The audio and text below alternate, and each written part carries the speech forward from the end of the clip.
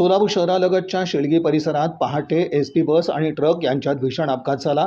दुर्घटनेत एसटी चालक आणि एका महिला प्रवाशाचा जागीच मृत्यू झाला। सुमारे 10 प्रवासी जखमी झाले।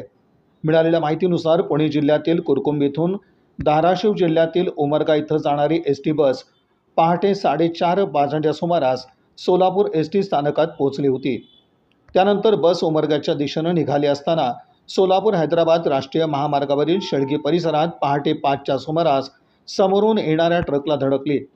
या भीषण अपघातात एसटी चालक दादाराव भालचंद्र बनसोडे वय 43 आणि प्रवासी नागोबाई राम रेवगे यांचा जागीच मृत्यू झाला। तसंच जवळपास 10 प्रवासी जखमी झाले असून त्यांच्यावर उपचार सुरू आहेत। अपघाताची माहिती मिळताच पोलीस आणि आपत्कालीन यंत्रणा घटनास्थळी दाखल झाल्या। जखमींना तातडीनं रुग्णालयात हलवण्यात आलं।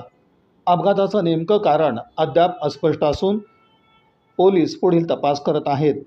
या घटनेमुळे सोलापूर हैदराबाद राष्ट्रीय महामार्गावर काही काळ वाहतुकीवर परिणाम झाला होता।